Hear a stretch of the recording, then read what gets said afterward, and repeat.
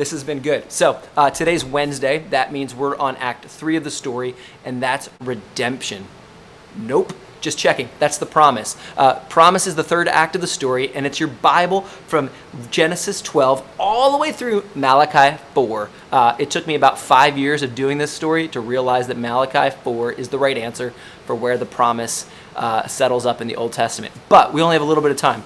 So here's what we're going to see, is that God tells people, Israel, that they're going to be blessed to be a blessing going out throughout all the world. And that as they trust him and live as a people, modeling what it looks like to be good news in a world where others worship false, failing saviors, that they'd be blessed. And when they walk away from God, they would bear the effects of that. That is, they would have to deal with the consequences of that, rebelling against God, just like their first parents, Adam and Eve. And the story of Israel is one where we see our own story played out somewhat. God rescues them out of slavery, and then they struggle to live free even though they've been set free.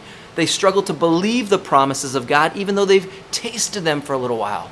But hear this, fam. For every time that Israel is unfaithful, God is faithful. Never once in the story does God ever not keep his promise. That's such good news. These days, it seems like, all right, God, what are you doing? Can I trust you? And that's a fair question to ask.